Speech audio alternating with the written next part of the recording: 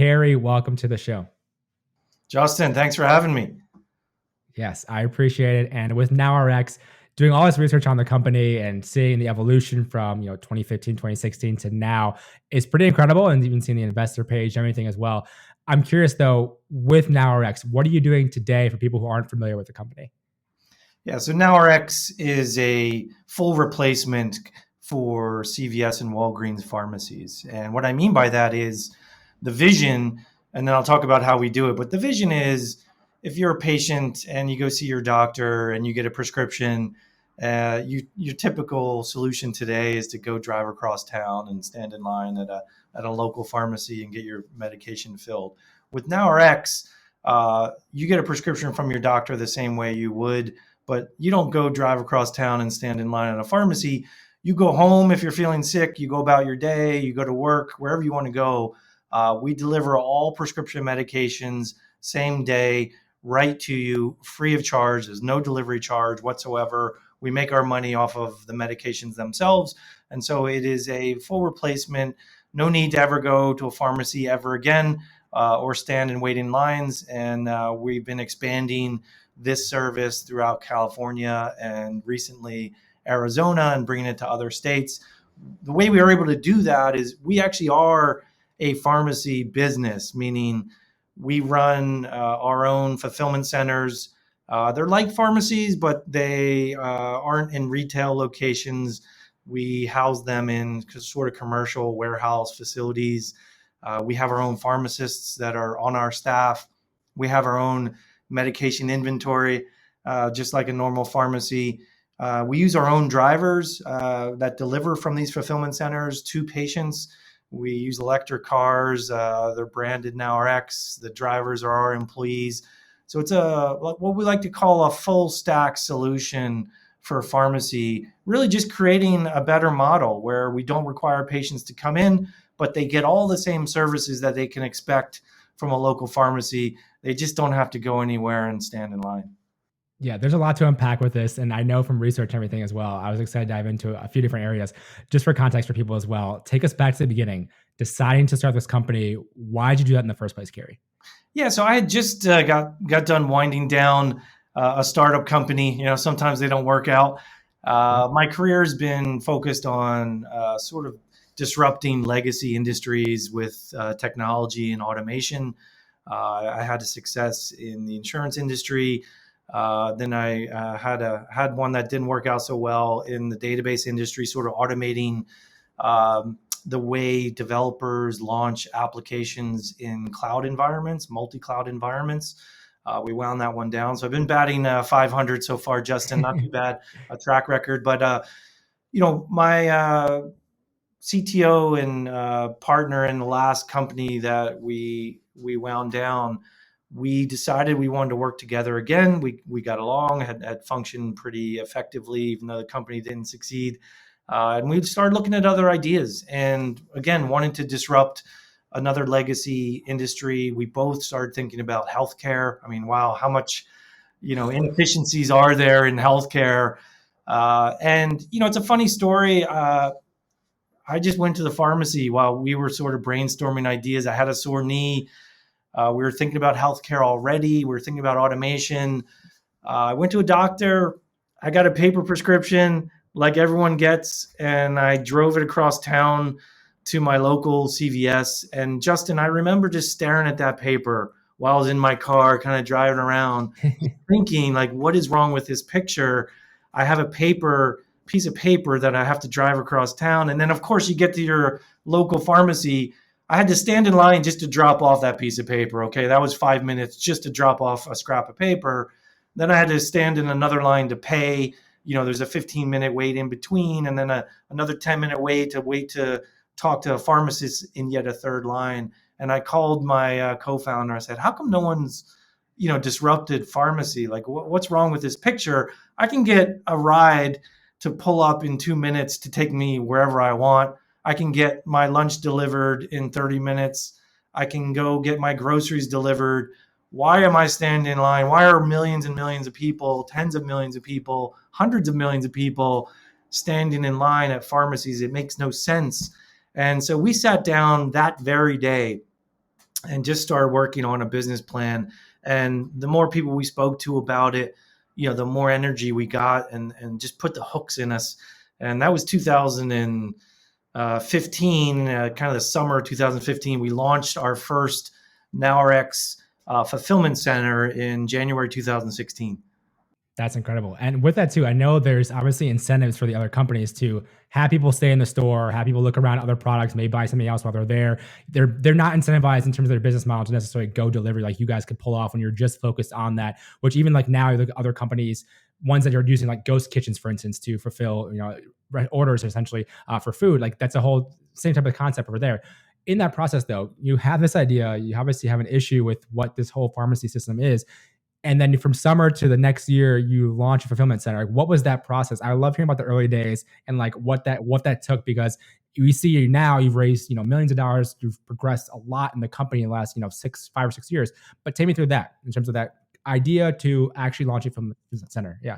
Justin, you hit on the core of that process. Really, for me personally, the excitement and just the passion for it is what you hit on. It became very obvious to me that the incentive structure, which you touched on, is wrong for a CVS and a Walgreens and other local pharmacies. They really do want people in their stores. The model was built 100 years ago to attract people into a store. They can buy other products, right? If you think about a typical Yep. pharmacy, they're giant. They're 15,000 square feet, full of other products that are non-prescription medications, right? You can get beauty products and back to school supplies and vitamins. And I even saw, tennis balls at my local CVS. They want you there buying those other products. And that creates a disincentive for them to do a more convenient experience like NowRx. And for me as an entrepreneur, light bulb goes off, because if I have a huge company that is sort of dependent on this model of bringing people into a store, then I have an opportunity to compete with them by building a completely new model optimized around not requiring people to come into a store. And the theory is, and I read a lot about disruption theory and Clayton Christensen and things like that. I really believe in it all. If you can create a new model, the incumbents that are out there, because of the incentive structure they have, they're going to be resistant and reluctant to replicate what you're doing in this new model. They'll be willing for us to take away customers that are looking for more convenience, because they're holding on to that core kind of ever decreasing size of consumers and market segment that want to keep coming into a store. And the way I see it is, young people, you look like a young guy, Justin, people don't want to go into stores anymore. And it's becoming increasingly popular and a bigger and bigger demand for people to not look for reasons to come into a store. And if you look at CVS and Walgreens, they're actually doubling down. If you look at their strategy, they're adding services in a store. They're adding clinic services. CVS with something called Health Hub. Walgreens bought a company called Village MD, which brings, again, clinic services inside the store. So in those early months, that was the light bulb that said, we've got to do this because we've got these big players where we want them. They have misaligned incentives. So, the early days were selling that idea to investors to raise some money. We put together a business plan on a laptop, 10-slide presentation. Yep. It's something I've been through before in some of my previous companies. And we surrounded ourselves with experts in healthcare because, Sumit and I, my co-founder Sumit Shokand, we didn't have really deep pharmacy experience and a little bit exposure to healthcare, but we knew right away we need some more expertise. So we called a bunch of people and brought them in as advisors, and just looking through our network. Like, I reached out to people on LinkedIn saying, hey, I know you're local to me and you seem to work at a big pharmacy company or inside the industry. Would you like to go have lunch? I have this idea I want to run by you. And so I did that repeatedly. And, the more people we talked to, the more encouragement we got. And then we started talking to investors about raising some money. And we went out to family and friends, raised some money, rented a warehouse in Mountain View, and applied for our pharmacy license, got some contracts in place. And in about 3 or 4 months, we had dispensed our first prescription. From that time as well, how are you acquiring your customers at that point in time? And I know I've looked at some research, and you said, I think it says on your website now, it's like 96% of new customers come from physician referrals at this point in time. How in the beginning though, it's like always the start is the toughest. Like you don't have the brand, you don't have it established. Like take me through that side of things, like convincing people, yeah, we have this fulfillment center. Like you should come through us. It's so easy. Like take me through some of that side. We tried a bunch of things. As a startup, you try and iterate, and I'm also a big fan of the lean startup. And we got in front of customers early and often, got some feedback. I mean, actually, if you want to go back for a second, the first time I had the idea in the first week, I actually went back to my local CVS, stood in line at the pharmacy, pretending I was buying things. I'd grab like mouthwash, I'd grab other product, keep them in my arms, and act like I was going to check out at the pharmacy. And while I was in line, I would ask people, "Hey, how you doing? Hey, I have this idea. You think it would work? What if everything could be delivered to you free of charge, and we had all the same services?" And I started taking a poll, and I did that several days. So we knew that there was interest. I had about 50% hit rate on talking to random people in the pharmacy line.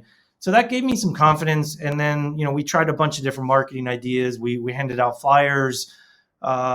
We stood in line at pharmacies and spread the word. And we started talking to doctors. And so we actually knocked on doctors and tried to ask them about the idea. And we hit it off right away with a handful of doctors that said, "Hey, we think this is a great idea too. Good for our patients. And that's good for us." And so the doctors started referring patients to us and kind of spreading the word of NowRx. So we got into, early revenue from day one. Really, I still remember the day we had our first prescription. We all kind of had a celebration, and then the next day, it was 2 prescriptions, and 2 days later it was 3 or 4. And back in those days, Smeet and I would do the deliveries ourselves. We get in a car and drive around, and it just built up from there. You said early in this interview that you basically monetized. The business model was that you're going to charge from the prescription side of it, so like from the actual medications, not the customers. Was that always the plan though? Take me through that business model and how you thought through that. Yeah, I thought initially, again, the whole business idea really popped into my head all at once, and it just put the hook into me. Sometimes that just happens as an entrepreneur. You just get this idea and you can't shake it. But the idea immediately was, these are basically commodity products. They're essentially non-perishable. It makes no sense to have them housed in a retail location when you can put them into a much cheaper facility. You don't need as many facilities because if you're delivering, you don't need a store on every street corner. And so I immediately realized, there would be a cost savings there by not having so much rent, not having to keep such a big retail footprint. And I thought that, just doing some simple math on the back of an envelope or back of a napkin, that, if you could deliver enough prescriptions per hour and save money on the retail space, you could save $3 or $4 per order just by not having the retail space. You could probably get delivery costs to, something like that, $3 or $4 per delivery. And so it would be a wash. And then we started thinking about automating inside the pharmacy where we could actually dispense for less money and start saving money on the back end. And now it starts to become a really interesting business proposition and business model where you're dispensing at a less expensive cost. You have a lower fixed overhead. Absorbing the delivery cost then becomes actually even less than the offset that you're saving on retail and the dispensing costs. And so it becomes a winner really quick.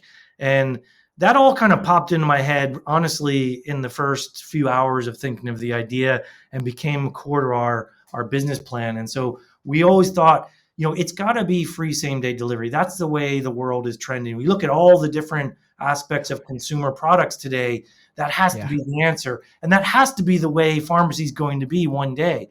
The question is, what companies are going to be able to build a model that can do that and do it profitably and do it well? And that's what we set out to build. Yeah, that's pretty incredible. And you mentioned, the first getting some investors early on, that process, but you also have done crowdfunding through Seed Invest. I'm curious as to why you ended up going crowdfunding route and also Seed Invest, in particular. Take me through more of that, because every company doesn't necessarily do that. I know we actually have a angel group called Vitalize Angels at Vitalize, where we we're having non-accredited investors be able to invest through Reg CF, so a little bit different than Reg A+, but Reg CF with WeFunder in the back end powering it. And it kind of opens it up to way more investors. And there's obviously a lot of benefits from having that. For you as a founder, I'm curious as to your thought process behind that in terms of you going the crowdfunding route. Yeah, we've been a big believer in crowdfunding. It's worked really well for NowRx. We found early on that, the idea of NowRx just really resonates with large numbers of people. I mean, our patients are just thrilled. If you read our Yelp reviews, I mean, we have 5 stars across the board, every one of our dispensing locations. And it's something we really work hard on. We're really proud of. And, they're all brand ambassadors for us and keep spreading the word by word of mouth. So we looked at crowdfunding and Reg A when it was just starting to develop and thought that it would be an interesting experiment to run. And we raised about $7 million in our first Reg A round, and we never looked back. We just think it has so many advantages compared to sort of the traditional path of entrepreneurs raising money from venture capitalists. I mean, we're not anti-venture capitalists by any event. I have conversations with venture capitalists all the time. They're interested in the company.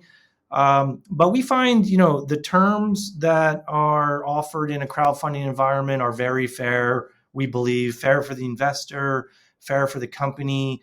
We don't give up board seats or control the company.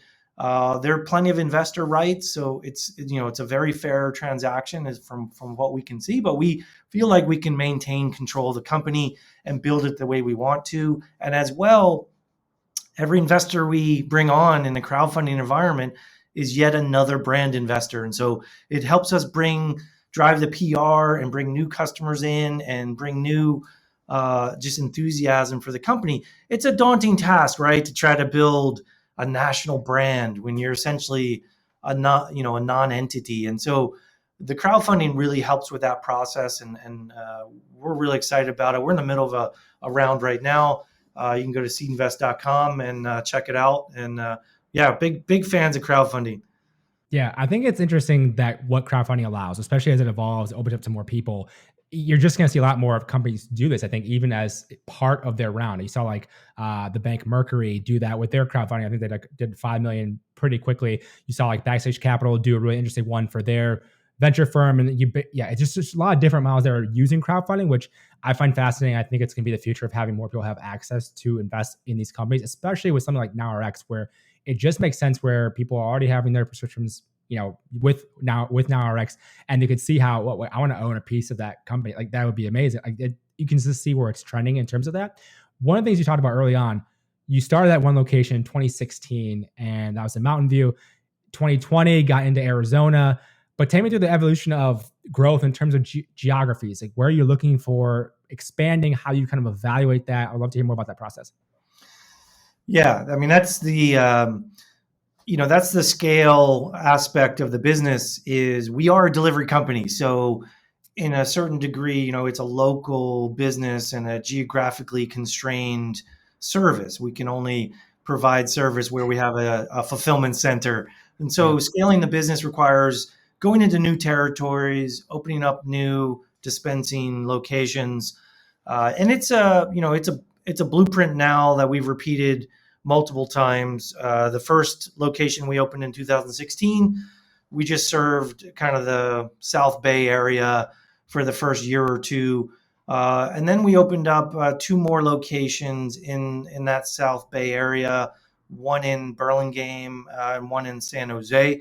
That was to give us better penetration and also more convenient and more rapid delivery. We're all about like delivery efficiency. And so rather than having a single fulfillment center for a really wide geographical area, so let's say maybe the whole Bay Area, where you're having drivers have to drive 2 and 3 hours just to get to a patient and do a delivery, we think a better model is what we call micro-fulfillment.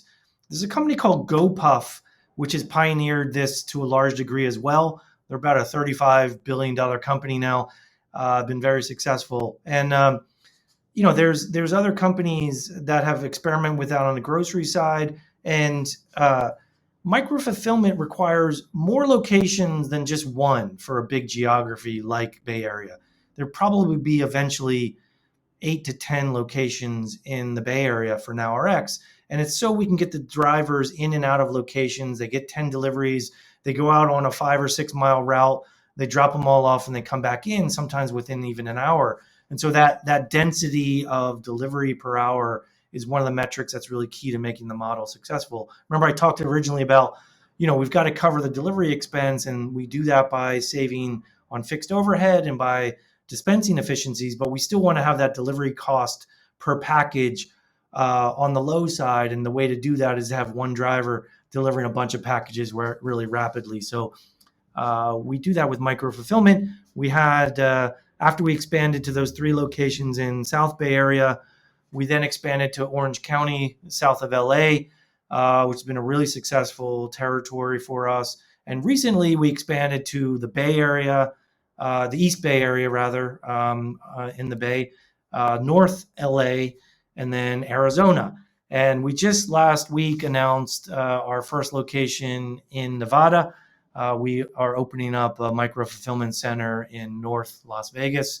And we have several other locations in the works, and we'll be making announcements soon. We're expanding sort of throughout the Western US as we build our national brand. And throughout 2022 and into 2023, we'll be expanding nationally, and we'll have locations on the East Coast, Northeast, Southeast, and Midwest as well. We'll be a full national brand. Yeah, that's exciting. And congrats on the new locations coming up. And I saw on the website as well, you can kind of see some of those dots placed on like potential locations that are coming up. And one thing I'm curious about, just taking a kind of a giant step back here, is just with this logistical company, really, what have been the biggest challenges with building this company? Because it's a lot to handle fulfillment, to do it well. Obviously, you're dealing with pharmacies, which is important in terms of prescriptions.